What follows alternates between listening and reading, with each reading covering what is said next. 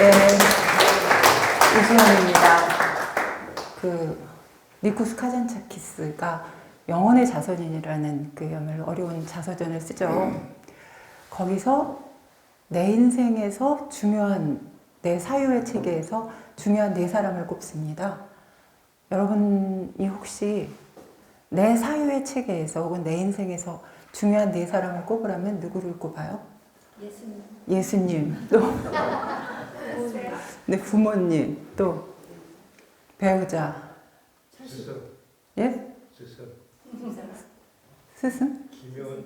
김현재 이 스승을 중요한. 아, 스승을. 그죠? 이렇게 꼽을 수 있죠. 이걸 꼽아보는 연습은 굉장히 중요한 것 같아요.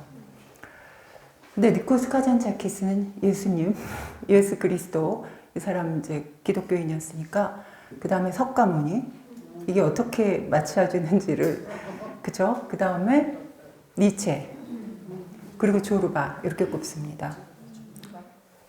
그러니까, 저를 꼽으라고 하면, 정대훈 선생님이 들어가겠죠? 근데, 여러분에게 있어서 니체는 사실은 별로 생각을 안 해보셨죠. 근데 제게 있어서 니체는 친구 같은 존재입니다. 이걸 버릴 수도 없고 안아줄 늘 이야기를 듣고 있긴 한데 충분히 이해가 되는 부분들이 있는데 안타까운 부분이 있는 거예요. 지난 시간에 얘기했던 소크라테스는 스승 같은 느낌이 분명히 있는데 이 니체는 그래서 굉장히 제가 친숙하게 느낍니다. 니체에 대해서는 이런 문장, 니체 문장인데요. 들으면 여러분 어떤 느낌인지 보세요. 세상은 깊다. 낮에 생각하는 것보다 깊다. 어떤 느낌이세요? 세상은 깊다. 낮에 생각하는 것보다 깊다. 이게 어디에서 나온 문장이냐면 자라투스트라는 이렇게 말하였다 해서 영혼 회귀를 설명하는 문장입니다. 근데 이제 이걸 연결시키려고 하면 머릿속이 너무너무 복잡해지죠. 그러니까 이 세상, 내가 만난 세상을 이론이나 이성으로 설명할 수 없다는 얘기잖아요. 그 다음에 이제 대꾸로 한참 뒤에 나오는 문장이 있는데 같이 읽으면 저는 그 리듬을 좋아해요. 세상은 깊다. 낮이 생각하는 것보다 깊다. 세상의 고통은 깊다. 그러나 즐거움은 고통보다 더 깊다. 이따 영혼회귀를 설명할 수 있을지 모르겠어요. 그런데 하여튼 요것이 니체가 영혼회귀를 설명하는 문장인데 세상의 깊이를 만드는 건 고통이라는 겁니다. 이 니체의 얘기가. 그리고 고통보다 더 중요한 것은 고통에 대한 감수성이죠. 그죠? 고통은 어떤 의미에서 소화가 안 되고 회피할 수 있고 외면할 수 있는데 고통에 대한 감수성이야말로 생철학을 움직이는, 니체의 생철학을 움직이는 가장 중요한 키워드라고 저는 개인적으로 생각을 해요. 자라투스라는 이렇게 말하였다에 대해서 뭐라고 얘기하느냐 하면 자, 이 니체가 오늘 제목이 이 사람을 보라잖아요. 이 사람을 보라가 이 책입니다. 이 책인데요. 이 사람을 보라라고 하는 책인데 니체의 최초의 책은 니체가 1844년생입니다. 그러다 1900년에 세상을 떠나는데 1871년에 이 음악 정신에 있어서의 비극의 탄생이 나오고 27살에 전쟁터에 가서 무슨 일이 있었느냐 하면 이제 전염병이 옮아요. 그러는 바람에 이 온몸이 그때부터 사실은 병원이었습니다. 그렇게 해서 27살에 나온 이 비극의 탄생, 그 다음에 중요한 책들이 많이 나오죠. 선악의 저편, 반시대적 고찰, 그리고 1882년에 즐거운 학문이라는 책이 나오고요. 1883년에서 5년까지 조금 이따 얘기할 누구죠? 살로메하고 헤어지고 나서 쓴 책이 자라투스트라는 이렇게 말하였다인데요.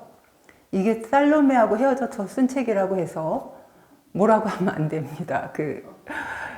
이 이별의 슬픔 속에서 썼다고 하시면 절대 안 됩니다. 무의식에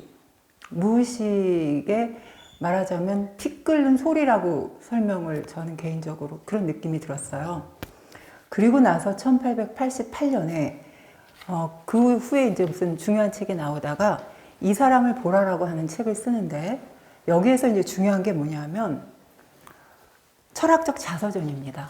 자서전이에요. 니체의 자서전인데 그냥 자서전이 아니라 철학적 자서전이라고 해요.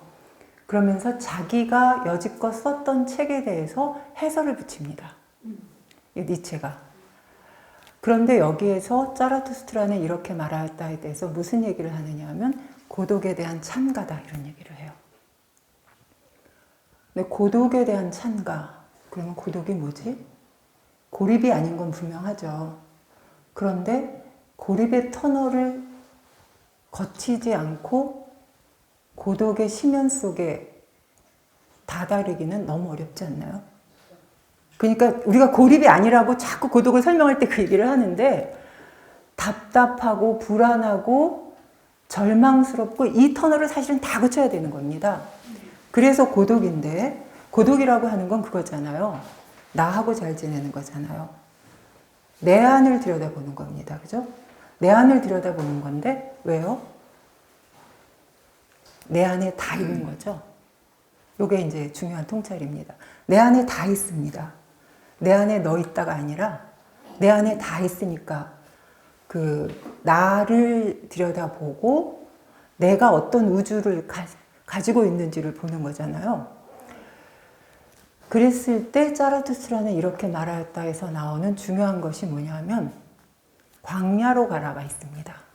광야로 가라. 어디로 가지 말고 시장으로 가지 말고 벗이여 너의 고독 속으로 달아나라. 광야로 가라. 시장으로 가지 마라. 거친 바람, 사나운 바람이 부는 광야로 가라. 자, 광야로 간 사람 누가 생각이 나요? 예수님 생각나죠? 40일 동안에 공생에 하시기 전에 40일의 광야 체험을 하잖아요. 이게 사실은 굉장히 중요한 상징인 겁니다. 왜냐하면 그 광야는 시장이 아니기 때문에 시장은 모든 거래가 일어나는 곳이잖아요. 사람들의 소음으로 시끄러운 곳입니다. 분별하고 판단하고 뭐하고 하는 곳인데 거기에서는 자기 소리가 들리지 않습니다. 자기 소리를 듣기 위해서는 광야로 가야 되는데 거기는 거센 바람, 외로운 바람, 미친 바람이 부는 곳이에요. 이게 사실은 내 안에서 부는 바람인 거죠.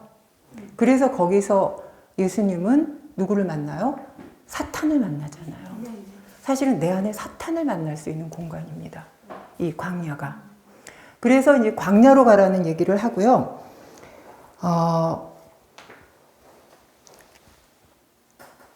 그러면서 이제 우리가 이런 얘기를 하는, 조금 전에 제가 얘기했던 세상은 깊다. 그러나 세상은 깊다. 낮이 생각하는 것보다 깊다. 세상의 고통은 깊다. 그러나 즐거움은 고통보다 더 깊다. 라고 하는 문장을 이야기하는 사람이 니체였으니까 사실은 그런 니체가 정치에 기웃거리거나 아니면은 히틀러하고 친했을 리가 없죠. 그런데 오해를 20세기에 많이 받았습니다. 니체는 1900년에 세상을 떠났는데 아시다시피 건강하지 않았잖아요. 그래서 말년에 누가 간병을 했느냐 하면 그 여동생이 간병을 했죠. 근데 여동생이 많이 이 오빠를 팔아먹었습니다. 그리고 그러면서 많이 왜곡이 됐었거든요. 그래서 니체가 다시 부활하게 된 게 언제냐면 독일에서가 아닙니다. 독일은 왜냐하면 히틀러가 스스로 초인이라고 말하게끔 만들어주는 발판을 이 여동생이 제공을 했기 때문에 독일에서는 히틀러에 대한 부채가 있어서 전혀 얘기를 하지 못하다가 1970년대 프랑스에서 니체가 재발견이 됩니다. 그게 누구의 여러분들 이름 많이 들어보셨을 겁니다. 들레즈, 미셸 푸코, 데리다 이런 사람들이 이제 니체를 연구하기 시작하면서 그 바람이 다시 독일로 들어가는 거거든요. 그러면서 이제 우리가 아는 니체인데 제가 무슨 얘기를 할까 하다가 한번 애들 시험 보게 하고 옆에서 이렇게 다 정리를 했습니다. 이런 식으로 다 정리를 해서 왜냐하면 PPT 자료를 안 만들 생각을 했고 그냥 떠들 생각을 했는데 혹시 너무 길어질까봐 했거든요. 이 사람을 보라의 마지막 문장이 굉장히 많이 이야기되고 있는 겁니다. 뭐냐면 이해가 되었는가? 디오니소스 대 십자가에 못 박힌 자. 그죠? 그러면서 이제 많은 사람들이 이걸 어떻게 해석하느냐 하면 니체가 스스로 디오니소스라고 생각했고 그 대립으로 그 십자가에 못 박힌 예수 그리스도를 이야기했다고 하는데 제 생각은 좀 다릅니다. 그러니까 우리 안에 디오니소스적인 면모를 발견하는 게 중요하고요. 그 다음에 십자가에 못 박힌 자는 바울에 의해서 해석된 예수를 대비시키는 겁니다. 니체는 철저하게 예수하고 바울을 대비시키면서 미리 이제 그냥 화두처럼 던져놓으면 기리성 선생님 그 장례식에서 정대현 선생님이 그 얘기 하셨잖아요. 그 예수의 신앙과 예수에 대한 신앙의 차이를 이야기하셨단 말이에요. 그겁니다. 그러니까 예수라고 하는 사람은 뭐라고 얘기하느냐 하면 사랑의 실천자다라고 얘기해요. 니체가. 그런데 바울이 그것을 예수에 대한 신앙으로 왜곡했다는 겁니다. 그러면서 이제 신은 죽었다라고 하는 것을 겨냥하는 건 바울적인 신앙을 겨냥하는 건데 그것이 왜 문제였는지 아마 오늘 이 시간에 이야기할 수 있을지 어쩔지는 모르겠습니다. 근데 이제 이야기하는 방식인데요. 니체의 문체가 굉장히 살아있습니다. 이렇게 했습니다. 이 측에서도. 나는 오직 피로 쓴 것만을 사랑한다. 사실 생명이 있는 걸 사랑한다 이러면 되잖아요. 근데 이렇게 못 쓰는 사람이에요. 그래서 강렬하고 진지하고 정직하고 섬세한 이 친구가 얼마나 피토하는 심정으로 살았는지가 이해가 돼서 전 개인적으로 많이 안쓰러워요. 이러니까 적을 많이 만드는 겁니다. 사실은. 그 방식, 요 니체적인 문체가 가지는 그 파워가 있는 것 같아요. 근데 그 사람을 아는데 그 사람 옆에 누가 있는지가 또 중요하잖아요. 그 어떤 남자를 보면 이 남자가 별론데 왜 이렇게 멋있지? 하면 꼭 괜찮은 여자가 옆에 있고 그 반대도 그런 경우가 있잖아요. 니체를 얘기할 때 언제나 따라오는 여자가 있습니다. 살로메라는 여자, 그죠? 이 사람들이 1882년 딱 1년 연애했습니다. 그 즐거운 학문 끝나고 니체가 엄청나게 편지했던 그 애절한 편지들을 제가 외우고 있는 것도 많습니다. 그런데 이것도 사실은 그 여동생의 이간질로 끝이 나는데 요 얘기, 니체를 만났을 때, 그 당시 니체는 바젤 대학의 교수가 아니고 몸 상태가 안 좋아서 로마에 휴식하고 있을 때인데 그 살로메와 또 누가 있는 삼위일체라는 얘기 많이 하죠, 그죠? 파울레라고 하는 그 허무주의자가 있습니다. 바젤 대학에. 요 셋이 같이 친했거든요. 근데 처음 만났을 때 살로메에게 이런 얘기 했다고 그래요. 요 얘기는 나중에 니체가 죽고 나서 사실은 그 살로메가 유명한 작가가 된 데에는 니체와 자기의 관계, 그리고 자기가 생각하는 니체. 그래서 예전에는 이게 니체의 서라고 하는 책으로 나왔는데 요즘은 책 제목이 좀 달라진 것 같아요. 거기에서 이제 무슨 얘기를 하느냐 하면 니체를 처음 만났을 때 이렇게 써요. 신비로운 사람, 내밀한 고독감. 이것이 니체의 첫인상이다. 신비로운 사람, 내밀한 고독감.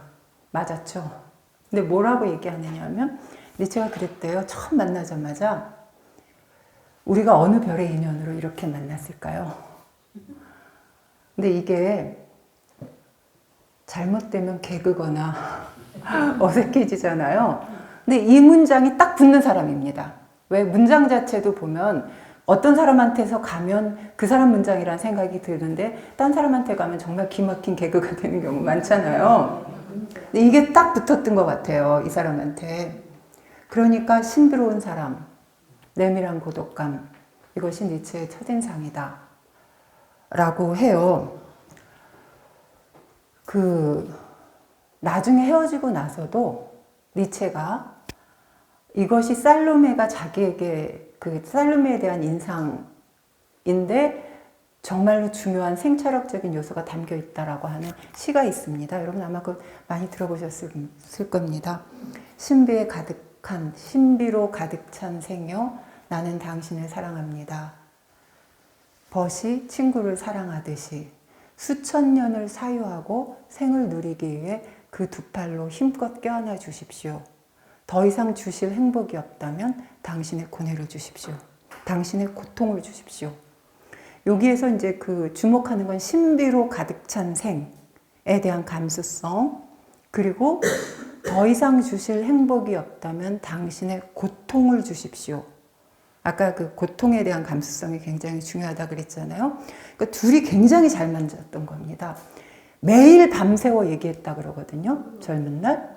밤새워 얘기했는데 이때 이미 무슨 책이 나왔었느냐 하면 비극의 탄생이 나왔습니다. 아시다시피 비극의 탄생은 이렇게 시작합니다. 생식이 성의 이원성에 결부되어 있는 것과 마찬가지로 예술의 발전은 아폴론적인 것과 디오니소스적인 것의 결합에 있다. 이렇게 나온단 말이에요. 그러면서 이제 여기서 누가 나오느냐 하면 니체의 신이라고 하는 디오니소스가 나옵니다. 근데 아폴론과 디오니소스는 결이 굉장히 다르죠.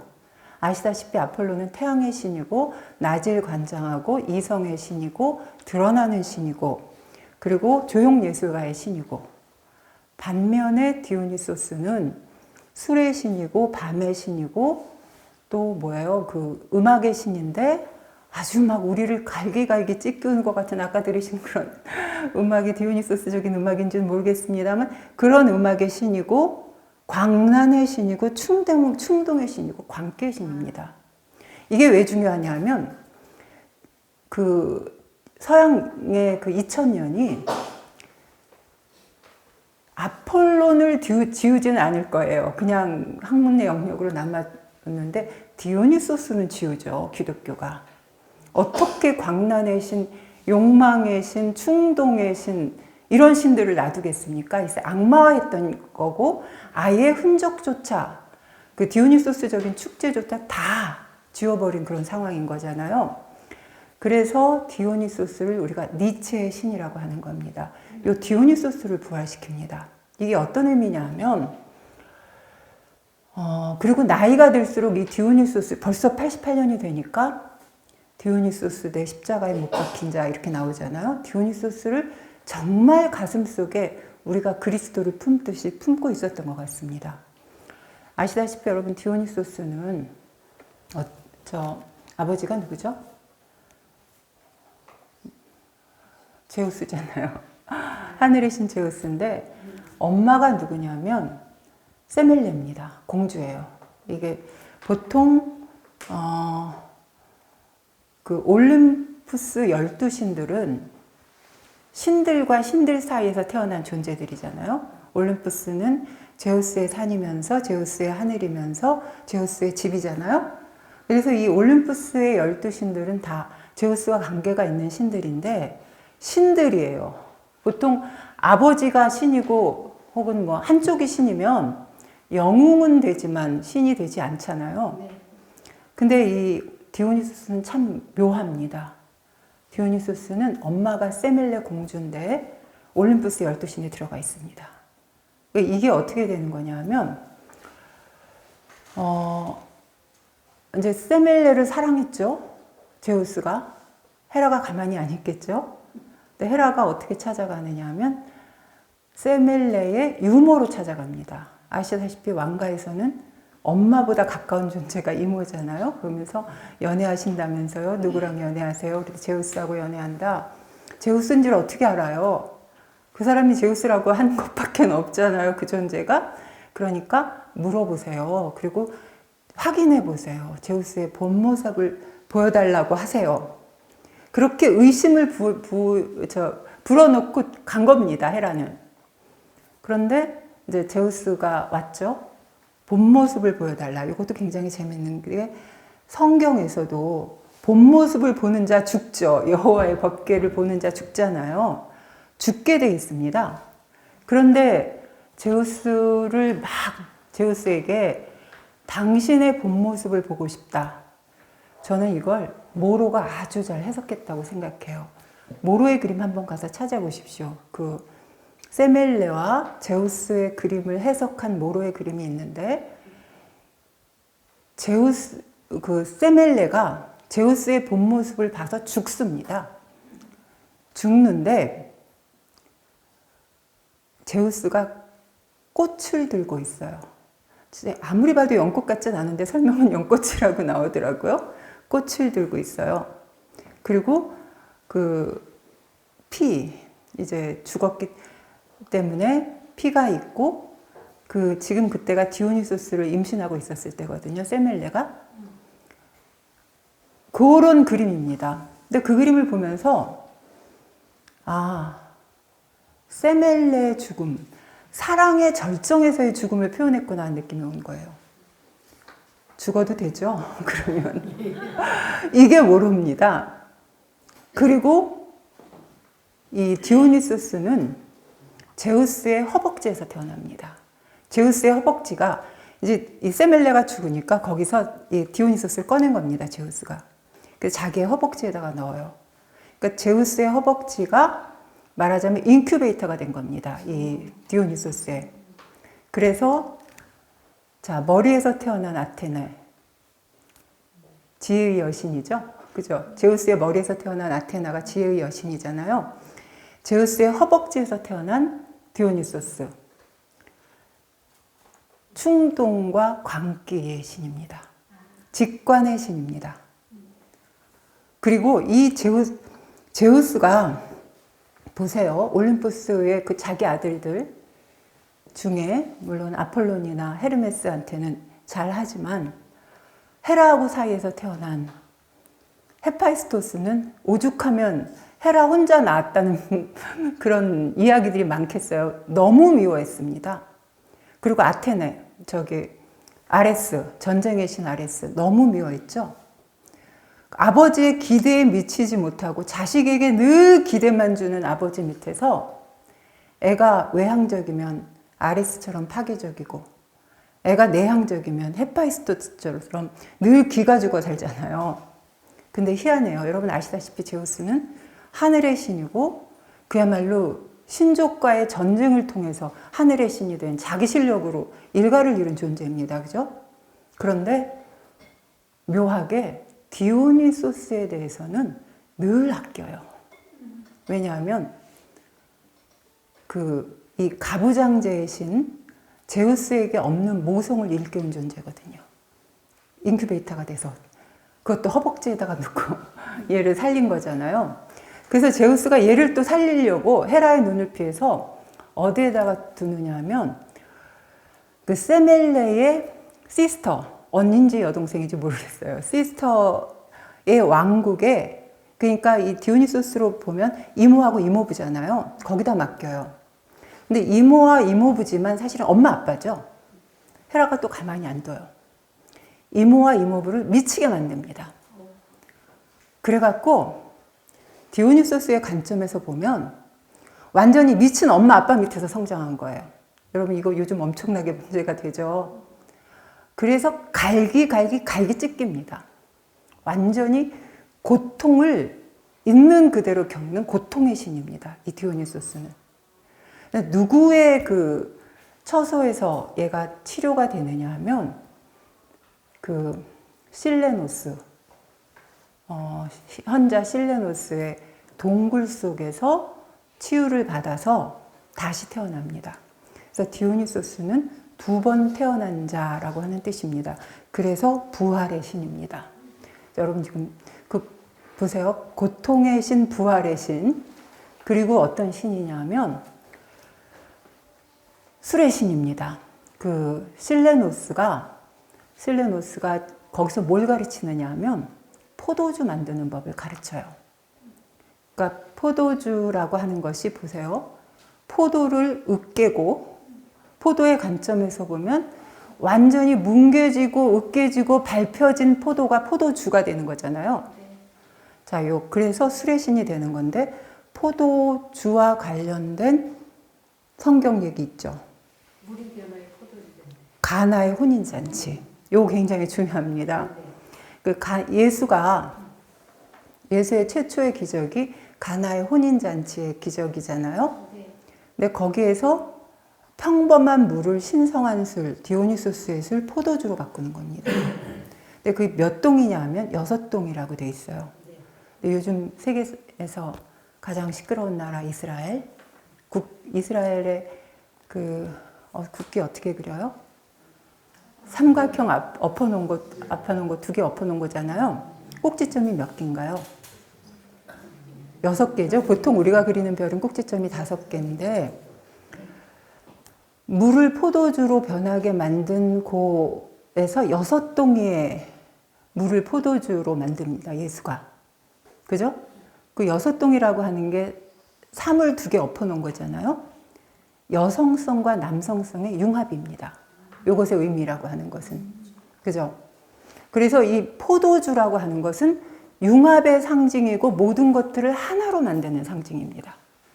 모든 것은 하나고 너와 내가 하나, 남자와 여자가 하나. 이게 누구냐면 디오니소스입니다. 디오니소스고 그래서 디오니소스를 그리스의 예수라고 합니다. 요 디오니소스를 이제 니체가 상당히 중요한 신으로 꼽는 건데 요거 왜 그렇게 하고 있는지 잊어버리지 마십시오. 그러니까 이 살로메하고 그 니체하고 파울레하고 밤새워 얘기한 것이 요 음악 정신에 있어서의 비극의 탄생이 나왔을 때니까 도대체 이 디오니소스적인 인물들 세계사라고 할 건 없고 디오니소스적인 인물들이 누구냐 하는데 비극의 탄생에서 나오는 디오니소스적인 인물들의 대표적인 것은 디오니소스고요. 그 다음에 그 인간에게 불을 갖다 준 존재 누구죠? 프로메테우스고 그 다음에 또 그 얘기도 엄청 많이 합니다. 오이디푸스. 근데 물론 오이디푸스를 심리학적인 관점에서 얘기하는 게 아니고 요 고귀한 인간이라고 하는 관점에서 요 얘기를 하거든요. 그리고 실레노스.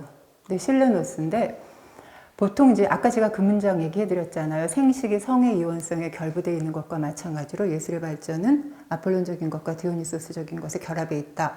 그래서 보통은 요걸 도식화하는 데 사람들이 익숙합니다.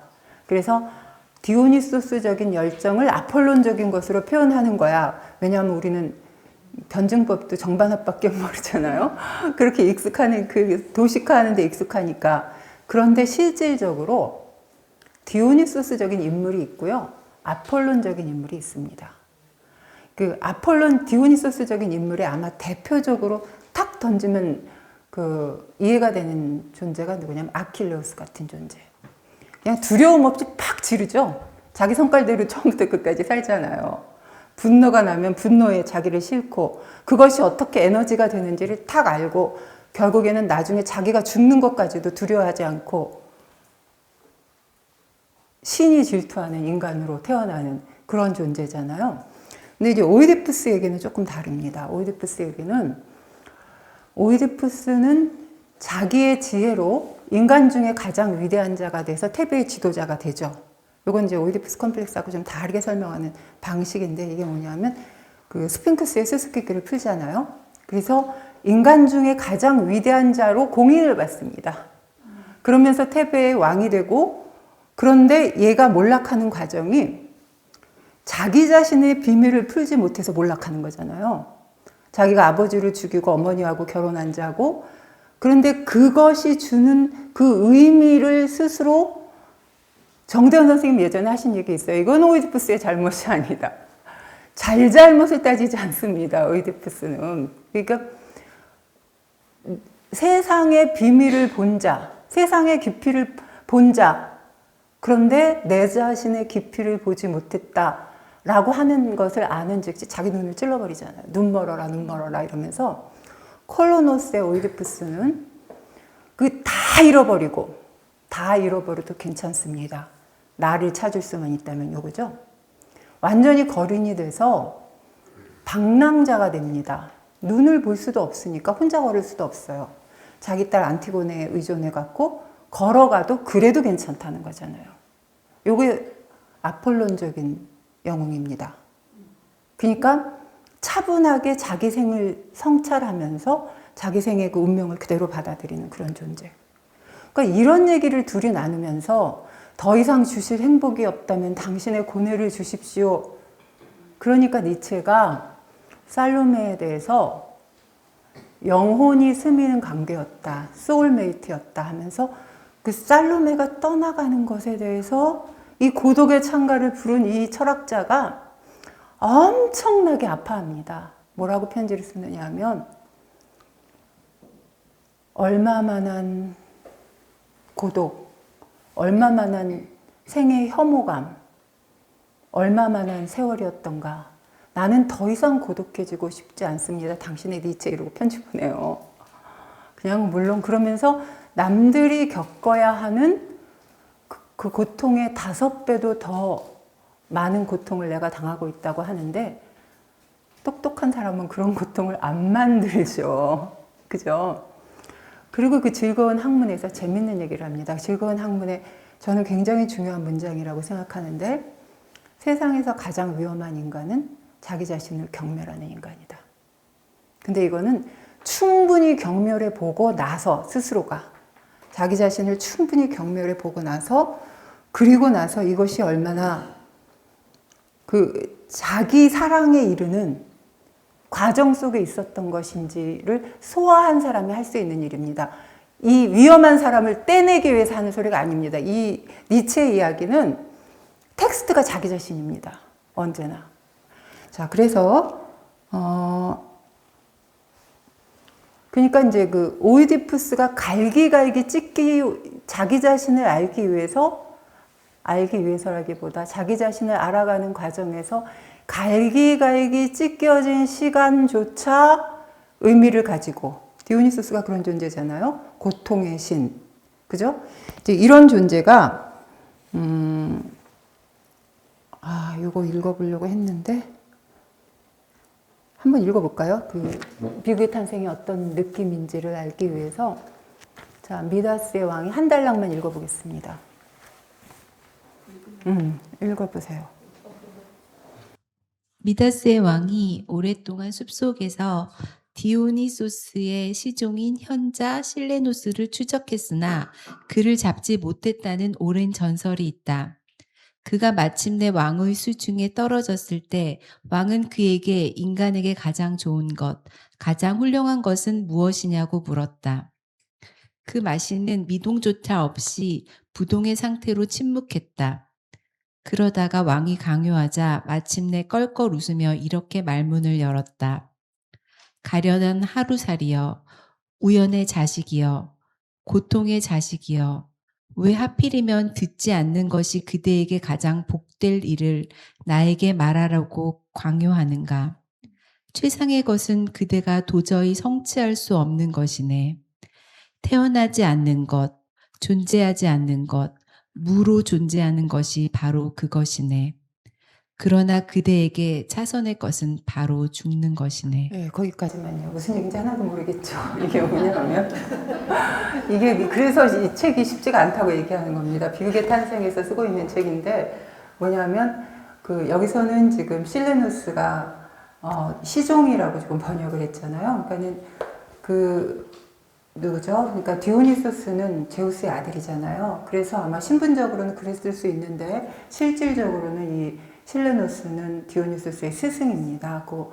아까 얘기했지만 실레노스의 동굴에서 회복하면서 이제 포도주 만드는 법까지 하면서 굉장히 차분한 광란의 신으로 거듭나는데요. 그 미다스 왕이 실레노스 현자가 있다는 소식을 듣고 그 누구죠? 알렉산더가 누구 찾으러 그 디오게네스 찾으러 다닌 것처럼 열심히 찾으러 다녔는데 그때마다 피해 있었습니다. 그러다가 아무리 피해도 얘가 찾아올 것 같으니까 만나줍니다. 그래서 왜 이렇게 저를 찾으십니까? 하니까 이 미다스 왕은 아시다시피 만지면 다 금되는 존재잖아요. 그리고 권력자고 어린 왕자에서 이제 어린 왕자가 별나라 여행을 하는데 거기 권력이 도대체 통치가 무엇인지 알 것 같지 않은 왕과 늘 땅 따먹기만 좋아하는 비즈니스맨 도대체 돈을 벌어서 또 뭐 하냐 그랬더니 별 산다. 그래서 그 돈을 받고 또 뭐 하냐 그랬더니 별을 산다라고 얘기하는 그 두 인물을 합쳐놓은 것 같은 그런 인물이란 말이에요. 미다스 왕이. 근데 이 미다스 왕이 지혜까지 배우고 싶은 거예요. 실레노스를 만나서. 그래서 실레노스에게 그 최고의 진리를 알려주면 내가 그대로 하겠다. 그러니까 실레노스가 못할 건데 속으로 얘기하는데 계속 조르니까 그래요. 최고의 진리는 태어나지 않는 것이다. 최고의 진리는 태어나지 않는 것이고 두 번째 진리는 지금 당장 죽는 것이다. 이런 얘기를 하는 거죠. 들어봐야 들리지 않습니다. 근데 이게 뭐겠어요? 사실은 이 실레노스는 삶 자체가 실체가 아니라고 하는 걸 알고 있는 인물인 거죠.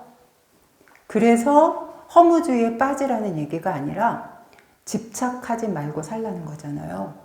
근데 우리는 집착해요. 뭔가 해야 된다고 생각하고 그 돈에 집착하고 권력에 집착하고 명예에 집착하고 심지어 사랑에까지도 집착을 하죠. 그쵸? 그래갖고 그 모든 것들에 다 고립돼 버려요. 요걸 지금 그 경계하는 그런 존재, 그런 것들을 일깨워주는 존재가 사실은 디오니소스적인 어떤 진실을 알고 있는 존재입니다. 왜 디오니소스가 모든 것은 하나다라고 하는 헤라클리토스 전통을 따를 수 있는 존재인 거냐 하면 지난 시간에도 얘기했던 그 사실은 오늘 그 신부님이 말씀하시는 것 중에 그런 거 있잖아요. 그 왜곡된 자아의 해체를 가르쳐주는 그런 존재인 거잖아요. 그래서 죽음을 생각해야 되는 거죠. 죽음이 우리를 진실이 무엇인지를 알게 해주는 메멘토 모리. 죽음이 그 진실이 무엇인지를 알려주는 어떤 그 화두가 되는 것 같아요. 그래서 빨리 죽자 이게 아니라 집착하지 말고 지금 이 순간 현재에 거한다는 것이 무엇인지를 알려주는 그 힘으로서 작용을 하는 건데, 자, 이제 그래서 이번엔 짜라투스트라 얘기를 해보겠습니다. 여기 짜라투스트라는 이렇게 말했다. 제가 오늘 두 권이나 가지고 왔는데 하나는 박창국 선생님이 번역하신 거고 하나는 정동훈 선생님이 번역하신 거를 갖고 왔어요. 여기에서 그 유명한 신은 죽었다라고 하는 문장이 나옵니다. 나오는데 물론 즐거운 학문에서도 이 문장이 나오기는 하는데요. 이게 어떤 맥락에서 짜라투스트라가 말을 하고 있는지를 보면 재밌어요. 자, 짜라투스트라가 동굴수행 10년을 끝냅니다. 산에 올라가서 동굴수행 10년을 끝내고 그리고 이제 하산하면서 시작이 되는데 이걸 한번 이 맛을 보기 위해서 짜라투스트라는 분은 이렇게 말했다는 문장들이 이해가 됩니다. 여기서부터 여기까지. 짜라투스트라는 그의 나이 30이 되던 해에 고향과 고향의 호수를 떠나 산속으로 들어갔다. 그곳에서 자신의 정신과 고독을 즐기면서 보내기를 10년. 그런데도 그는 조금도 지치지 않았다. 그러나 마침내 그의 마음에 변화가 왔다. 그리하여 어느 날 동이 트자 그는 잠자리에서 일어났다. 그러고는 떠오르는 태양을 향해 나아가 이렇게 말했다. 너 위대한 천재여. 내가 비추어줄 그런 것들이 존재하지 않는다면 무엇이 너의 행복이겠느냐. 너는 지난 10년 동안 여기 내 동굴을 찾아 올라와 비추어 주었다. 내가 그리고 나의 독수리와 뱀이 없었더라면 너는 필경 너의 빛과 그 빛의 여정에 지쳐 있으리라. 우리는 아침마다 너를 기다렸고 너의 그 넘치는 풍요를 받아들이고 그에 감사하며 너를 축복해 왔다. 보라, 나는 너무 많은 꿀을 모은 꿀벌이 그러하듯 나의 지혜에 실증이 나 있다. 이제는 그 지혜를 갈구하여 내민 손들이 있어야겠다. 나는 베풀어 주고 싶고 나누어 주고 싶다.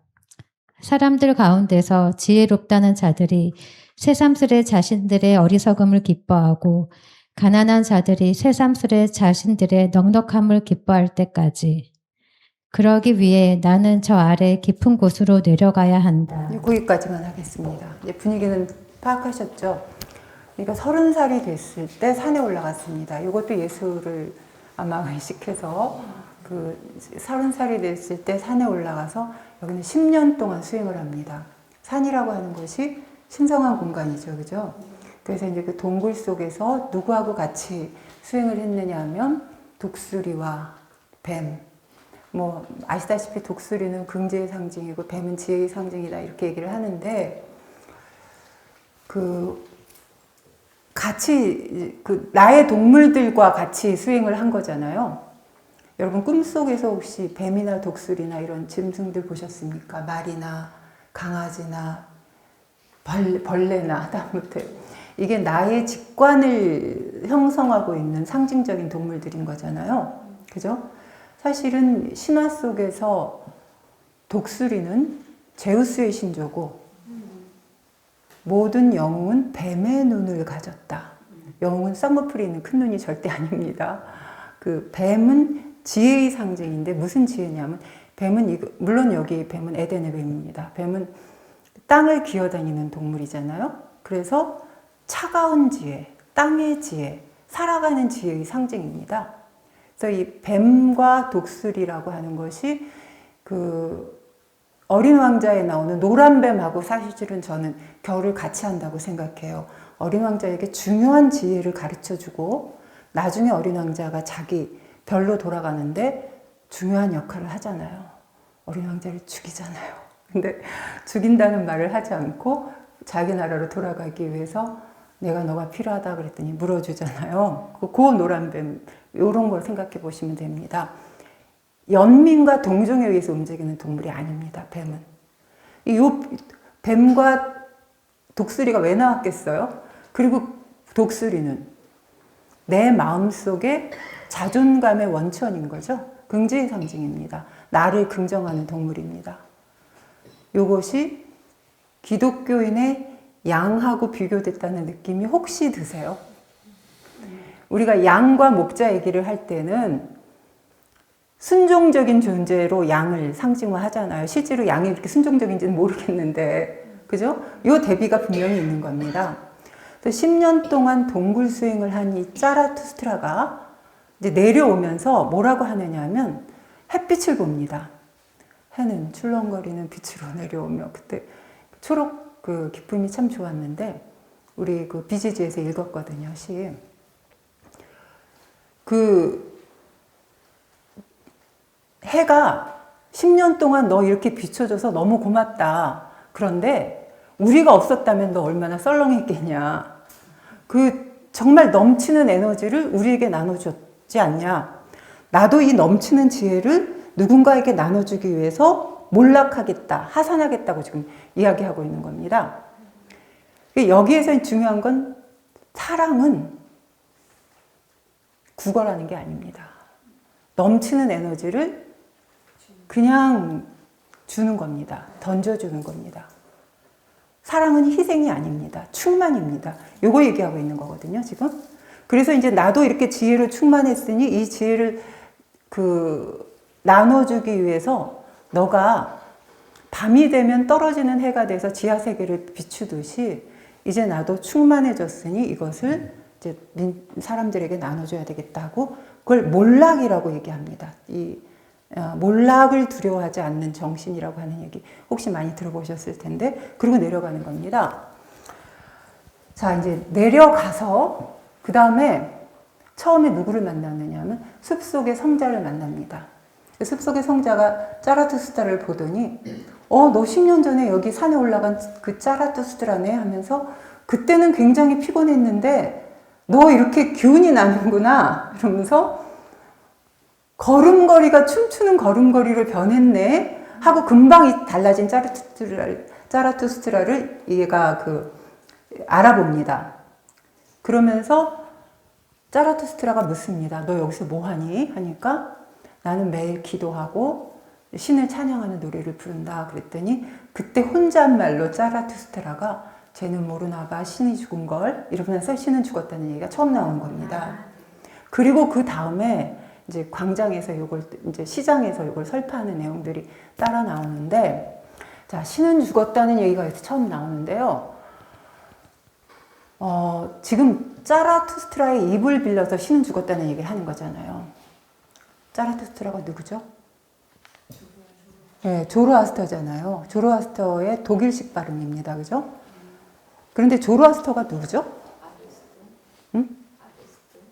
그러니까 조로아스터가 페르시아가 세계사의 패권을 장악하고 있었을 때 페르시아의 종교인 조로아스터교에서 선신 아우라 마제다를 섬기는 제사장이란 말이에요. 그죠? 근데 제사장이 신은 죽었다는 얘기를 하는 게 이게 이상하잖아요. 그러니까 신은 죽었다는 얘기를 제사장이 하고 있다, 이것이 신성의 부정은 아니겠죠. 그죠? 기독교적인 신성의 부정입니다.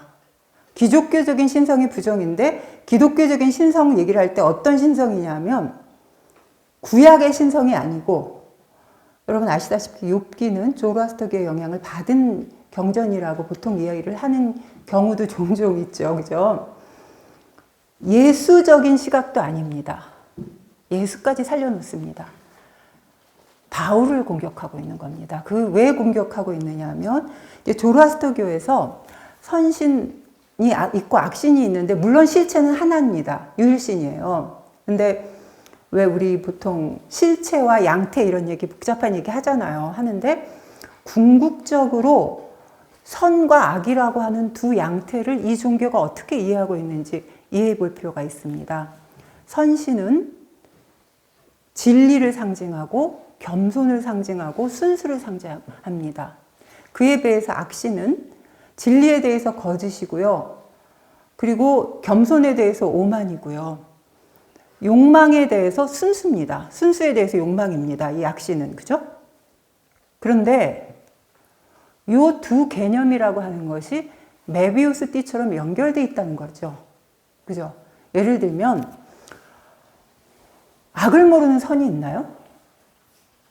거짓을 모르는 진리가 있나요? 오만을 모르는 겸손이 있나요?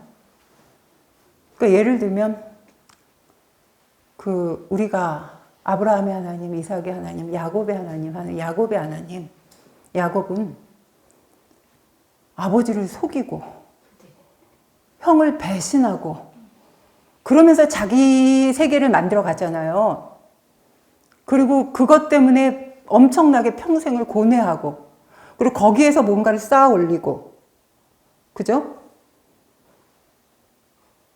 그리고 우리가 욕망과 순수를 얘기하는데, 내 안에서 일어나는 이 지극한 욕망을 따라가 보지 않고 순수라고 하는 게 순수인가요? 아무것도 아니죠. 악할 이유가 없어서 착한 건 착한 게 아니죠.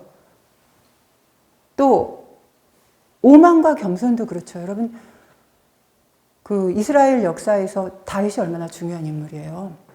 다윗과 밧세바 사건 아시잖아요. 돌팔매질만 아는 게 아니잖아요.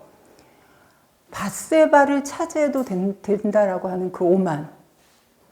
그 오만 때문에 뭐 우리아 장군 죽죠. 그리고 또 잘못한 줄도 모르고 감추려고 하죠.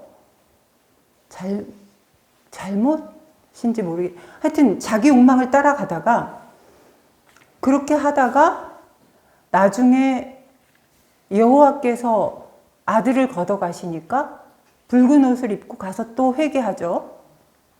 그리고 그것이 나중에 압살롬의 반란까지, 나중에 솔로몬이 거기서 태어나니까 압살롬의 반란까지 하면서 아들이 자기를 향해서 칼을 겨루고 그 아들이 죽는 걸 봐야 되는 것이 다윗이잖아요. 얼마나 겸손해져요. 겸손은 예의범절이 아닙니다. 우리가 그렇게 정말로 자기 자신이 저지른 일 때문에 운명의 뒤통수를 맞아가면서 왜 맞는지도 모르는 그 고통 속에서 무릎을 꿇을 수밖에 없는 게 이게 겸손인 거잖아요. 그러면서 삶의 어떤 질서를 배워가는 거고, 자기가 누구인지를 알아가는 거고, 그러니까 이게 다 연결이 돼 있는데, 누구는 이제 그러면서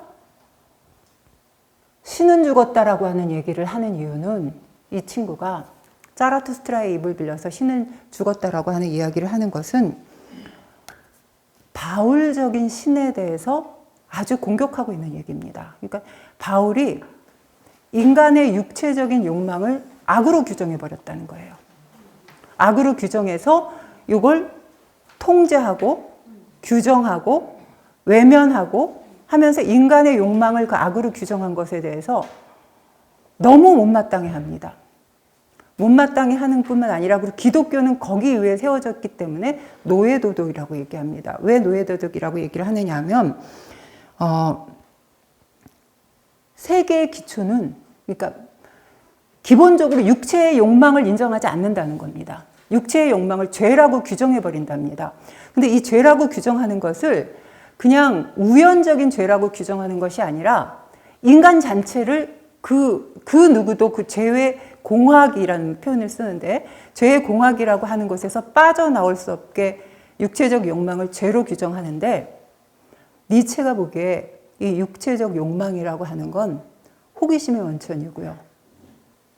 그리고 꿈의 원천이고 그리고 우리가 뭔가를 세계를 세울 때 내가 원하는 것이 무엇인지를 가려고 할 때 이 욕망이라고 하는 것이 직관의 원천이기도 한데 요걸 누구한테나 물어보고 내가 이거 잘못하는 거 아니야? 내가 뭐 잘못하는 거 아니야? 내가 잘못 사는 거 아니야? 이런 식으로 늘 반성만 하게 하는 것은 노예도덕일 수밖에 없다는 거죠. 그러면서 신은 죽어야 자기의지가 살고 그래야 되는 건데 예를 들면 조금 전에 슬쩍 얘기한 아킬레우스나 아니면 톨스토이의 그 안나 까레리나나 이런 존재에 대해서 안나 까레리나에 대해서 톨스토이가 애정을 가진 인물일까요? 아니면 그렇게 살면 안 된다고 무슨 이 표본으로 내세운 인물이겠습니까? 그죠? 단테의 신곡에서 지옥도를 그려 보여줄 때 사랑에 빠진 연인이 지옥에서 또 프란체스카, 그죠? 지옥에서도 그 사랑의 풍경을 보여주고 있는 걸 저게 지옥도라고 규정하는 그런 기독교가 인간의 자기의지를 죄로 규정하는 기독교에 대해서 아주 못마땅해 하면서 요걸 살려내고 싶어 했던 겁니다. 그 자라투스트라가 얘기하고 싶었던 것은 그러면서 이제 이 사람을 보라에서 무슨 얘기 하느냐 하면 인식의 나무 아래서 뱀으로서 누워 있었던 것은 신 자신이었다 이런 얘기를 해요.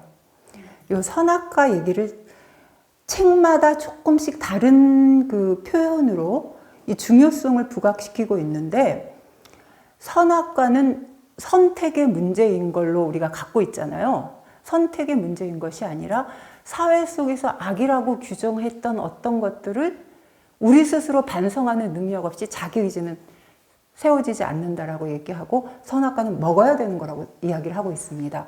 이 니체는. 그래서 이게 이제 재밌는 거죠.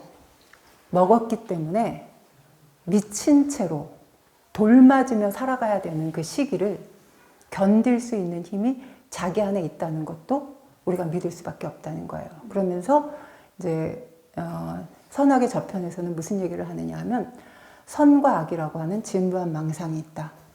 그러니까 요 바울이 갈라놓은 요 서식, 요게 진부한 망상이라고 얘기하면서 이 망상 속에서 노는 사람은 절대로 뭐가 될 수가 없냐면 자기 의지로 세상을 살아가는 그런 존재로 키우는 것이 아니라 노예도덕 속에서 늘 주인의 눈치만 보면서 살아가야 되는 그런 인물로 키운다고 이야기를 하고 있는 겁니다.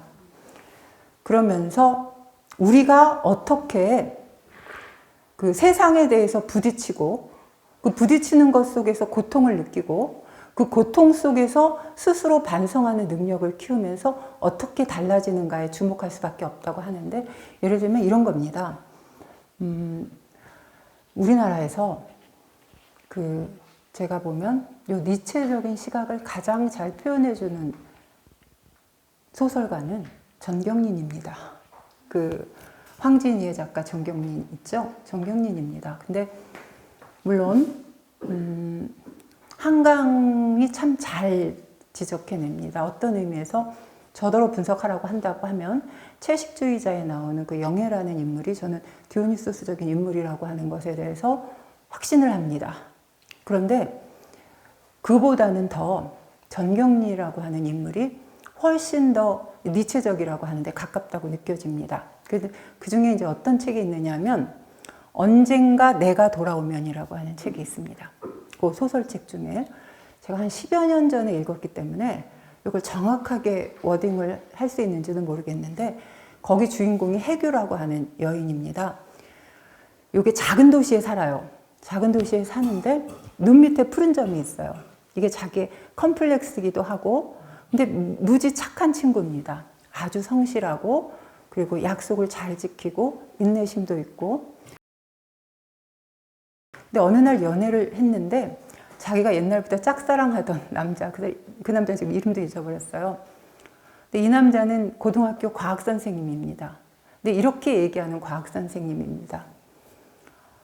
해규야, 인간은 모두 별에서 왔어. 이래요.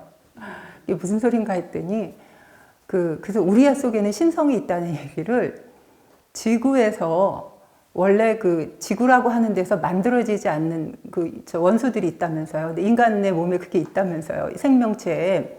그것이 우주가 서로 부딪히면서 운석이 떨어져서 만든 것이 우주에 흩어지면서 인간에게도 있고 생명체가 그렇게 생겼다는 얘기를 하면서 그래서 우리는 별에서 온 존재야. 이런 얘기를 하는 남자입니다. 그리고 또 어떤 얘기를 하느냐 하면 사람은 자기가 부정하는 것으로 규정돼 이렇게 얘기를 해요. 그게 뭐냐면 노란 나비는 왜 노란 나비인 줄 아니? 노란 나비는 모든 색을 흡수하는데 노란색만 반사를 시켜. 그래서 노란 나비가 되는 거야. 그러니까 우리가 부정하는 것으로 규정돼 이런 얘기를 해주는 남자예요. 내가 이거 행운인가 너무 좋은 남자를 만났다. 이러고 연애를 하고 결혼 날짜를 잡고 혼수를 다 준비했는데 어떤 사건이 생기느냐 하면 이 남자가 자기의 사촌 누이하고 모텔에서 나와요. 그걸 마을 사람들이 다 봤어요. 소문이 다 난 겁니다. 그래서 이게 파혼이 돼요. 너무 기가 막히죠. 사촌 누이. 너무 기가 막혀서 이 착한 해규는 왜 그랬느냐고 물어보지도 않습니다. 그냥 자기를 공격해요. 그래서 자기가 혼수를 해갖고 간 칼로 손목을 긋고 막 죽을 것처럼 하다가 결국에는 살아나서 그 마을을 떠나서 7년 동안 서울에 가서 엄청난 고뇌와 혼돈과 뭐라고 설명할 수 없는 밑바닥 생활을 하면서 7년 만에 점을 빼고 돌아옵니다.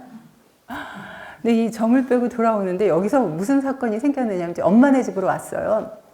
그래서 엄마한테 이제 엄마가 묻지도 않아요. 7년 동안 무슨 일이 있었는지에 대해서. 그러면서 뭐라고 얘기하느냐면 엄마 나 점 빼서 예쁘지? 이런 거예요. 그러니까 이 엄마가 뭐라고 했겠어요? 나는 한 번도 너의 점을 본 적이 없어. 이래요. 그리고 엄마는 딸이 그렇게 어려운 그 절망의 몸짓을 한 그 칼을 7년 동안 쓰고 있습니다. 기도하는 마음으로. 이 엄마는. 이제 사촌 누이를 만날 수 있는 에너지가 생겼어요. 그리고 이미 그 결혼은 다 깨졌습니다. 이 사촌 누이하고 자기 애인하고 결혼을 했는데 다 깨졌어요, 거기. 그래서 이제 사촌 누이한테 왜 그랬느냐, 그때 편안하게 묻습니다. 그러니까 이 사촌 누이가 그래요. 이 사촌 누이는 어렸을 때부터 예쁘다는 소리를 모든 사람들한테 들었던 아주 까칠한 여자였는데 자기 아버지가 첩의 아들이었던 거예요. 이 해균애는 처의 아들이고 그래서 아버지는 그 유산을 10분의 1을 받으면서도 거의 구걸하다시피 받고 여기는 10분의 9를 가져가면서도 당당하게 그것도 내 건데 이러면서 주고 그 다음에 가족 모임이라고 해서 가면 늘 동정과 비난과 뭐 이런 식의 그런데 해규만 이 사촌에 대해서 아무 말도 하지 않은 친구입니다. 그런데 뭐라고 얘기하느냐면 그 사촌이 나는 너가 참 착했는데 니네 집에서 네가 제일 싫었다 이래요. 왜냐하면 너는 푸른 점 속에 갇혀서 아무것도 아닌 푸른 점 속에 갇혀서 고통도 아닌 걸 고통으로 느끼는 그 푸른 점 속에 갇힌 공주였다는 거예요. 그리고 그 남자는 중학교 때부터 이 얘를 또 쫓아다녔어요. 이 그 까칠한 사촌을. 거들떠도 안 보다가 해규하고 결혼한다고 하니까 그냥 가로챈 거예요. 이해되죠? 가로채고 해규가 떠나버리니까 버려버린 거예요. 또다시. 그러니까 이게 뭐냐 하면 여기에서 이 해규가 7년 동안의 혼란과 고뇌와 고통을 겪고 나서 이 사람한테 물어볼 수 있는 힘이 생기고 그리고 이 전체를 다 받아들일 수 있는 힘이 생깁니다. 물론 그렇다고 해서 동정하거나 이런 것들이 아니고 자기 삶을 살아갈 수 있는 힘이 생기는 겁니다. 그러니까 악의 긍정이라고 하는 게 이런 거죠. 융이 나는 선한 사람이 되고 싶지 않다. 나는 온전한 사람이 되고 싶다. 라고 얘기했을 때 온전한 사람과 선한 사람의 차이는 온전함에서 선함을 빼면 악함이잖아요. 요 악의 긍정인 건데 그 니체가 영향을 받은 쇼펜하우어나 니체 또 이런 얘기도 하죠. 우리가 신성한 별을 낳기 위해서는 우리 안에 혼돈을 품고 있어야 한다. 요 혼돈과 고뇌와 이런 것들을 모르는 선이라고 하는 것은 절대 힘 있는 선이 될 수가 없고 자기 삶을 지켜줄 수 없다는 거잖아요. 요게 그래서 그 신은 죽었다라고 하는 말은 사실은 내 안에 신성이라고 하는 것이 무엇인지, 내 안에 빛나는 어둠이 있다는 것이 무엇인지, 내 안에 신성한 별을 낳을 수 있는 힘이 있다는 것인지 무엇인지 알기 위해서도 사실은 선하기만 한 신, 그런 신은 죽어야 된다는 거죠. 이래서 신은 죽었다라고 하는 문장 자체가 그런 문장입니다. 요 니체의 영향을 받은 소설가가 헤세죠. 헤세와 니체와 융이 연결되어 있는데 니체는 1844년에 태어나서 1900년에 죽었고 헤세는 1877년에 태어났고 융은 1875년에 태어났는데 여기 왜 그 지와 사랑이나 데미안이나 이런 작품들은 아시다시피 데미안의 가장 중요한 문장은 그거잖아요. 새는 그 알을 깨고 나온다. 그런데 그 알을 깨고 나온 새가 아프락사스에게로 날아간다. 아프락사스는 선이면서 악이고 혼돈이면서 질서인 그 신을 이야기하는 거잖아요. 그러니까 요거나 아니면 지와 사랑에서 나르시스 운트 골드문트가 그 나르치스가 만약에 이 혼돈의 상징인 골드문트를 이해하지 못했으면 새님이죠. 그리고 골드문트가 나르치스라고 하는 등대를 만나지 못했다면 그의 방황이 그야말로 바람으로 끝났을 것 같아요. 그리고 나르치스라고 하는 여기서 나르치스 운트 골드문트에서는 주인공이 사실은 골드문트인데 골드문트보다 골드문트를 더 잘한 존재가 나르치스잖아요. 그래서 얘를 너는 스톤하고 어울리지 않고 너는 대지의 사람이라고 하면서 내보내잖아요. 그 스톤 밖으로. 근데 그런 것들도 사실은 그 지와 사랑이, 이성과 감성이, 선과 악이, 이 욕망과 순수가 얼마나 연결되어 있는 개념인가에 대한 그야말로 그 통찰인 건데, 이런 통찰의 뿌리에 누가 있느냐 하면 융이 있었죠. 그 니체가 있었습니다. 물론 니체가 있었고 실질적으로 융은 그 헤세는 융의 심리 상담을 받았습니다. 그리고 지난 시간에 잠깐 얘기했는지 모르겠는데 융은 자서전에서 니체의 그 짜라투스트라에 대해서 언급하는 부분이 비교적 깁니다. 그런 부분들이 있고요. 요게 이제 신은 죽었다라고 하는 얘기. 이러면서 이제 기독교에 뭘 싫어하느냐 하면 동정을 싫어합니다. 동정과 세 가지 변화는 아마 여러분들이 많이 들어보셨을 거예요. 은교라고 하는 소설 속에서도 그게 나오더라고요. 그 낙타가 사자로 변하고 사자가 어린이로 변하는 그 얘기인데, 사람들이 어려워하는 얘기가 사실은 그 영혼회귀 부분인데, 영혼회귀가 회귀의 반지여 이러면서 굉장히 그 아름답게 7개의 봉인에서 니체가 얘기를 하고 있습니다. 근데 그걸 이해하기 위해서 그 전에 3부 마지막에 나오는 얘기가 있는데요. 아주 추악한 존재가 있습니다. 이 지금 해교처럼. 왜냐하면 아무도 추악하지 않는데 자기가 추악하다고 믿으면 추악해지는 거잖아요. 너무 추악해서 동정을 가장 싫어합니다. 연민을 가장 싫어해요. 내가 너무 못생기고 추악한 것들을 들키기를 싫어합니다. 이 사람이. 그래서 어디에 사느냐면 산 골짜기에 아무도 없는 곳에서 살아요. 우연히 누군가가 만나서 동정을 하면 그 사람을 가만히 안 둡니다. 근데 이 사람이 자라투스트라가 이 사람을 만났습니다. 만나서 보니까 이 사람의 살아와서 느꼈을 고통을 그대로 느끼는 겁니다. 그래서 침묵해요. 아무 말도 하지 않고 그 옆에 그냥 가만히 있어줘요. 근데 이 침묵의 언어를 이 사람이 이해한 겁니다. 여기서 공감해서 변화하면서 했던 문장이 아까 그 문장입니다. 세상의 고통은 깊다. 그러나 즐거움은 고통보다 더 깊다. 다시 한번. 이 다시 한번이라는 게 뭐냐면, 내 고통이 이해를 받고, 그러고 나니까 내가 고통을 외면하지 않고 이것을 그대로 직면할 수 있는 힘이 자기에게 있다는 걸 그 순식간에 그걸 느끼면서, 이런 것들이 영혼회귀라고 하는 게 끊임없이 돌아오는 거잖아요. 여러분 혹시 지금처럼 살았던 것을 계속 산다면, 우리 늘 하는 얘기 있잖아요. 20대로 돌아가면 절대로 안 갈 것이다 하는 거. 이게 영혼회귀를 부정하는 기본적인 우리의 심성이라는 거거든요. 다시는 그런 쪽으로 가고 싶지 않아 하는데, 그 고통, 돌아가는 고통에 대해서 니체가 이야기를 하면서, 그런데 다시 한번 할 수 있는 것이 뭐냐면, 내가 여기에서 어떤 깨달음을 얻은 겁니다. 이 고통을 마주할 수 있는 것의 힘이라고 하는 것이 이 전체를 다 받아들일 수 있는, 아모르 파티 할 수 있는, 운명을 사랑할 수 있는 힘이 자기 안에 있다라고 하는 것들을 알게 된다면, 그야말로 아모르 파티인 거죠. 그죠? 이런 건데요.